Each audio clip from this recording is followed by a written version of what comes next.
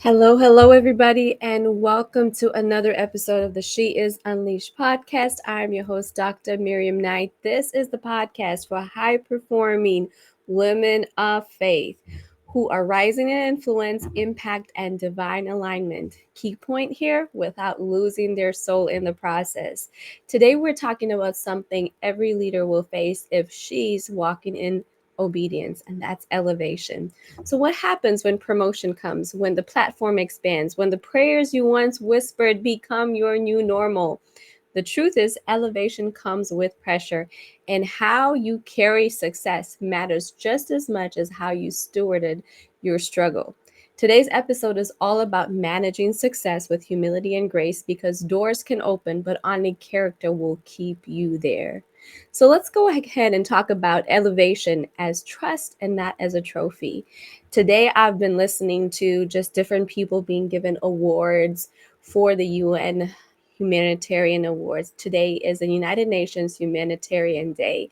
And as I've been listening to the stories of all these individuals share about their journey and the work that they're doing in the world as a whole, I am recognizing a familiar statement that is being made by everybody. It is not about status, it is not about your name, it is not about you getting all the acknowledgement. It is literally not about you, but it is about how we impact lives and the influence that God is giving us over the lives of those that He's entrusted to us. And in the episode, the interview episode that will be released tomorrow, you get to meet one of the UN ambassadors, Dr. Daniela Peel, as she talks about her journey of influence and impact and how to steward the grace that God has given you to be in these spaces, because recognize this too, the spaces of elevation, the spaces of influence that God has given to us. Literally, it's not us, but He has positioned us to be in the spaces, not for our glory, but for His purposes. And we have to be very good stewards of that which God entrusts to us. So let's start with Luke chapter 12, verse 48. To whom much is given, much is required. Success is not a prize, y'all. It is a responsibility. When God elevates you, He's not just celebrating your progress, but He's entrusting you with more visibility, more stewardship, and more influence. And that means more refinement. So think about it. When you are given more territory, more land, it is not just about being able to put on your resume and put on your portfolio that you own these many acres of land, but you are also entrusted with the responsibility of cultivating and stewarding over the land that has been entrusted to you. That takes a lot more than just putting your name on the deed. Here's the shift. We can't idolize the platforms that God has given us. We have to steward the purpose attached to those platforms. The applause, it may be loud, but the assignment that God has given us in these spaces is still holy. Now, I'm going to mention a couple of things that we are doing as She Is Unleashed and just why this is so important and why your engagement and your involvement and the invitation to be a part of the She Is Unleashed collective is such a key component in you being able to elevate in this next season. Now, you may already be a part of another group of women, another community, another space of influence, and that is amazing. God has all called us to different spaces and different times and different seasons, but I want to invite you, if you don't have a place where you feel that you belong and in a place where you can be sharpened, in a place where you can build some community and some accountability and be challenged to be the best version of you, join us in the She's Unleashed Collective. And we've shifted a little bit how we're operating. Instead of it being a 12-month thing, we have now shortened it to a 6-month investment at 2 levels, 2 tiers. One is where you just come for our monthly gatherings, you get access to masterminds and all those wonderful, juicy stuff. And the next level is where you're saying, I need a little bit more. I need more high contact. I need more coaching. I need more mentorship. I need more support. And I also feel like I want to be a part of an elite retreat with other women who think like me and just a space to cultivate the vision. So if you are thinking this is something that you need, I want to encourage you to go ahead and see the link in the show notes and fill in an application because we want you to be a part of this collective. All right. And here's the other part. You don't have to be a part of the collective. You can join us at our monthly gatherings and at the retreat. It just looks a little bit different. It's one thing when you're already part of the community and you grow in this space, and it's another thing if you just come along as a guest. We want you to be a part of the family and the community, okay? So anyway, let's get back to the topic at hand. I want you to ask yourself, am I in this space because I want to be seen? Or am I recognizing that God has positioned me in this space so that I can serve at a higher scale? Ask yourself, what does God want me to do through this new level, this new platform, this new space? And it's not just about me. It's about the people that God has entrusted to me. So, how do we stay grounded when God opens doors? And for some of us in this season, we're seeing God open multiple doors. One of the things that God has been so intentional about showing me is you don't have to chase after open doors and chase after platforms and chase after opportunities. Y'all, that is exhausting. What you have to do is be obedient to what God is saying. And you've also got to be so intentional with your yes and with your no in alignment with what God is calling you to do in this season. So, how do we become grounded when God is opening all these doors and being able to distinguish the doors that God is opening? Because not every opportunity, every good opportunity is not a God opportunity. Every good opportunity is not a you opportunity. We have to be able to recognize the difference between doors that God is opening and doors that the enemy might be opening that seem and look so good, but they're actually distractions from the enemy. All right. So this is really key. So success can be destabilizing because new spaces can trigger old insecurities and influence can inflate our ego if we are not careful. Because new territory, we say this, new territory, new demons, right? So if we are not prepared and we're not equipped and we're not surrounded by the right people, we can find ourselves operating in ego and in insecurity rather than operating in the authority and the power that God has given us in alignment and obedience. In John chapter 13, Jesus says, knowing that the Father had given him all things, he knelt down and he washed feet. Think about that. The most powerful one in the room chose the most lowest position. And we can learn from his example. A key component is that he knew who he was and he knew the territory that God had assigned to him. And because of that, he was able to go to the lowliest of lowest positions, not feeling intimidated or threatened. My husband often says this, everybody wants to be a servant until you're asked and required to serve. It tests our heart, it tests our character, it tests our motives when we are put in positions where we are required to serve. And here's the thing, when God is calling you to serve and you recognize that this is, a lot of us think that elevation is these titles, it's this fame, it's respect. And that's what we're craving so deeply, that we're looking for spaces where we'll be respected, where we'll be given all these privileges and these benefits. But let me tell you this, with whatever is entrusted to you comes a greater level of responsibility and accountability. And the greatest responsibility is for serving at the lowest level possible in the spheres of influence that God has called us to. One of the greatest lessons that I learned from my parents, especially my dad too, is that he was not afraid to pick up. He was a whole medical doctor, y'all. He served politicians and he served prestigious people. But my dad was not afraid to literally go in the garden and till the soil, put on his gumboots and go till the soil. He was not afraid to pick up trash. He was not afraid. He did not feel, he knew who he was. And he knew that he was a steward of everything that God had entrusted to him. And that made him be able to do the lowliest of lowest things.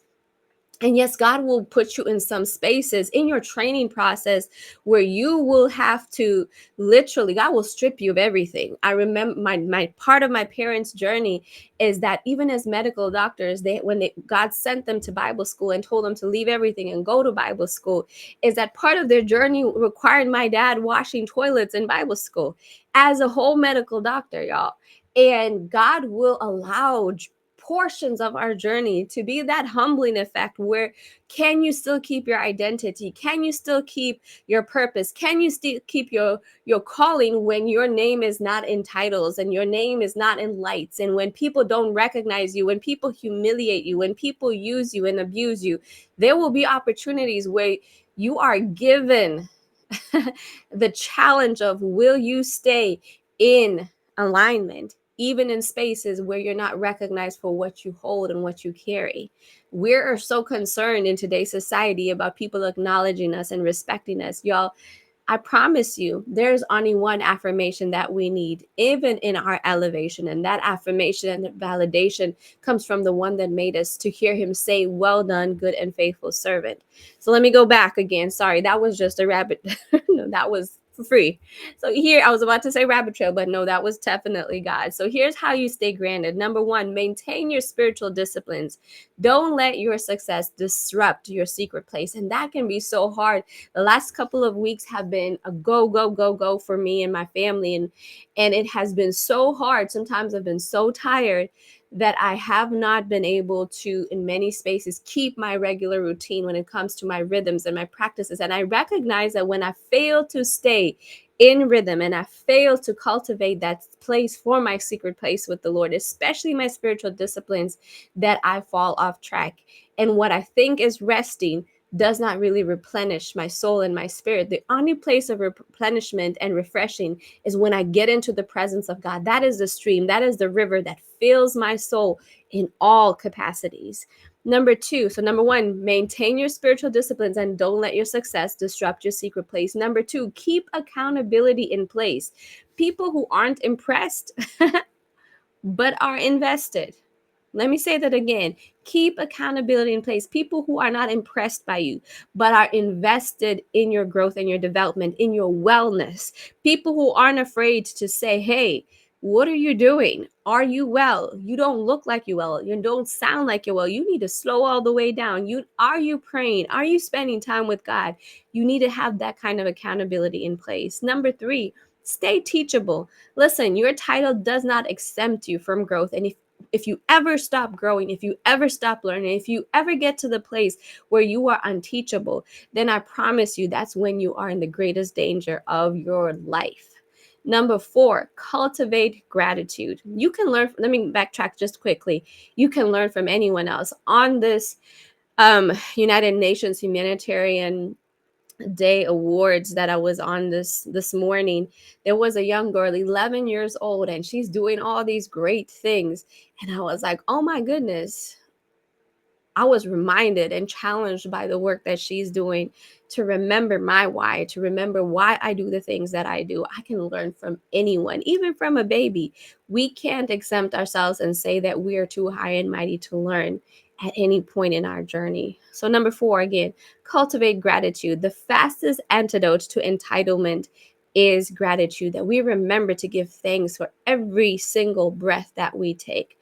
Now, we have another program in the She's Unleashed community called the Unleashed Leadership Accelerator. We are currently going through that boot camp this week, where I compressed an 8-week course into 8 days. So literally an accelerator boot camp going on this week. We will offer that once a month for the next couple of months. And I want to invite you, y'all, it is an amazing experience where we can just push boundaries and talk about the things that are keeping us from stepping into the power and the authority that God is calling us to as women of leadership, as women that are anointed and called by God for such a time as this. If that is something that seems to appeal to you, again, go ahead and check the link in the show notes. We'll guide you through practices that will anchor your identity so that promotion in your life does not derail God's purpose for your life. So let's talk about, how do we navigate the pressure of being the one that God has chosen and appointed for such a time as this. Think about Esther, Deborah, Mirriam, whoever it is in the Bible, Mary, being chosen by God to fulfill a specific assignment and finding yourself in that place of elevation. Now, if you look at all of these stories of these women, they did not experience a smooth cruise, y'all. It was rough. It cost them absolutely everything to be who God had called them to be, to carry what God had called them to carry, the assignment and the mission. Let's get real. Success brings pressure, and people begin to expect more of you. The higher you go, the more the expectation from your family and your friends, from your community, from those that you are assigned to.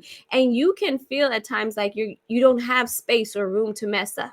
And you can often hear the voice of imposter syndrome whispering in your ear, trying to creep into your thoughts and your belief systems. Maybe you're the first one in your family to break the cycle. Maybe the first one to get a college education, the first one to open a business, the first one to get this kind of space and territory that you're in. You may be the only woman in the room that you're occupying right now, and others may be looking to you for answers. And let me remind you in this moment that you were never, ever meant to carry the weight of elevation alone. Ever meant to carry the weight of elevation alone. If God has called you to it, He will grace you for it. He says, my grace is sufficient for you, and my power is made perfect in weakness. That means you don't have to perform for anybody to prove that you belong. You already do, because God says so, because He placed you in that place. All right. So, y'all, we don't have to spend our energy trying to prove anything to anyone. We just have to be obedient, even in especially in those places of influence that He has put us in. We need to recognize that we've been placed in that place to be His voice, to be His mouthpiece, to be His hands and His feet. Mordecai had to remind Esther and say, could it be that you have been placed in the palace for such a time as this?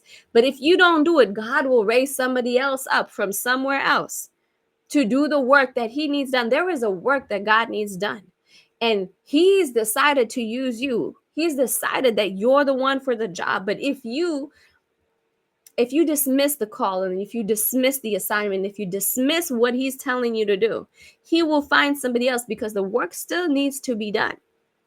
God is counting on you. People are counting on you. The world is counting. Creation is counting on you. But again, if you don't show up, He will find someone else. And let me remind you again, God is with you, but He will also surround you with community to make sure that you are not in this alone. Esther did not fast on her own. She recognized that she could not go before the king in her own wisdom and her own strength, but she needed God's divine intervention in her life on her behalf. She needed God's wisdom. So she went into fasting, but she didn't fast alone. She invited the whole community to fast and pray with her, to hold up her hands, to war side by side with her. She did not try to do this. Oh, I'm the queen, I'm going to go ahead. No, she did not lean into that, but she leaned into the power of community and the power of prayer and complete dependence on God. So let's talk about what some of the dangers of unchecked success might be. Let's look at some of the warning signs, because elevation can become erosion if we're not rooted in God, if we're not grounded. So here's some signs that you may be drifting.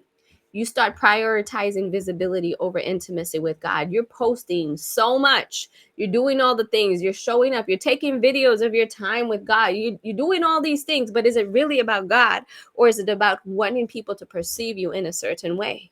Some things are not meant for public consumption, y'all. They're just for you and God. Number two, if you begin to isolate and think you're the exception to accountability, if you think nobody can check me, nobody can say nothing to me, then that's a sign that you may be drifting. If people try to hold you accountable and you find yourself not answering their phones, not responding, isolating yourself, oh, you don't go to church anymore, you don't have community because you are the prophet, you are the evangelist, you are the one going around traveling. No, y'all, we have to stay grounded and accountable, especially when there's a high call and an assignment on our lives. It is so important that we find those spaces that God has assigned us to, where we remain accountable and we refuse to allow the enemy to isolate us, because the moment we step into isolation is the more we become exposed, and the enemy can literally attack us from all levels. Number three, another sign that you're drifting is when you feel too important to rest or too busy to pray. One of the statements that I've heard women in leadership, powerful women, keep saying over and over again, and I used to say this a lot. And it used to be a badge of honor that I would carry. But now when I listen to myself and I hear myself saying it, I'm like, that's a sign that something's off. If I can say over and over, if I'm saying over and over again that I'm functioning on 2 or 3 hours of sleep, and this is not the exception, it's become the norm, or I'm talking about how tired I am, but I can't afford to rest and I can't afford to stop, then something is completely off. If I feel like I'm too important and too essential to the equation that I cannot rest, that the world will fall apart if I pause to rest. Because here's the other part. Rest is a commandment from God. It is not an option. And whenever I feel like I can override God's commandment because I think I'm that important, I'm that valuable, I'm that necessary in the equation, then something is definitely off. Number 4, when you stop honoring the same values that got you to where you are right now. If you say that my core values are family, faith, but now all of a sudden you're not available at church and it's been weeks since you've been at church, you don't show up for Bible study, you don't show up for prayer meeting, you don't show up for anything that has to do with the community of faith. If you find yourself just no longer available for your family and the people, the relationships, you say you value relationships, but you're just not available for those key relationships, something is off. When you say that you value rest, but you're not resting, when you say that you value wellness, but you're not prioritizing and honoring wellness in your own life, we start to become hypocrites. And God had to check me on that personally. If I'm not living in alignment with the things that I'm teaching, something is completely off. Listen, King Saul, he started humble. He started hiding among the baggage, and he kept asking himself, who am I that God would choose me? But elevation revealed his insecurities, and his downfall came when he started chasing the approval of people over obedience, and he started seeking to please the crowd and the people more than honoring God and being obedient to God. Remember, it's possible to be successful and surrender. This is what God desires. If we live our lives in a constant state of surrender, in a constant state of humility and brokenness before, and this complete recognition that we need God and we cannot do this on our own, we will then be able to be both successful and surrender. This is the posture that God requires of us in our spaces of elevation. But it requires humility, and it requires humility, honesty, and intentional rhythm resets. We have to continuously check, what does my rhythm look like? Does it look healthy? Does it sound healthy at all? And we need to stop looking at overextension of ourselves as a badge of honor. It is not. It is not. Especially if you're picking up things that God never told you to pick up, especially if you're occupying spaces that God never told you to occupy, especially if you find yourself trying to be God to people that God never told you to do that. Let it go.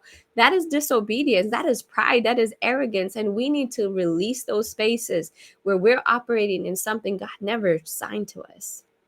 So how do we keep our heart pure as we continue to climb, as we continue to be elevated? Here are 5 ways to continuously walk in humility and grace as you rise. Number 1, remember to always give glory to God. Always. Let people see the fruit in you, but continuously point them to the root, that Christ is the reason why you are what you are, why you do what you do. Keep pointing them to this dependence that you have in God, that I'm connected to the vine, that I'm connected to the source. He is the reason that I'm bearing this fruit. The moment I disconnect from this place is the moment the fruit stops bearing. Number 2, stay submitted to your mentors, to your spiritual covering, and to trusted voices in your life. If you are a rogue individual running out there by yourself, listen, you are uncovered and unprotected. And this is not about spiritual abuse, y'all. I know there's spaces where authority has been abused and people have been manipulated, especially when there's an anointing and a call and a gifting on your life. This is not about that. But in the spaces where you know God has called you into covenant relationship with these individuals, don't disconnect. Don't disconnect, because you will lose the covering and the protection that God has divinely orchestrated for your life. And it's not to say that God can't do anything in your life without those people. He absolutely can. God can do anything. And yet at the same time, recognize the gift that He's placed in your life. You don't have to do this alone.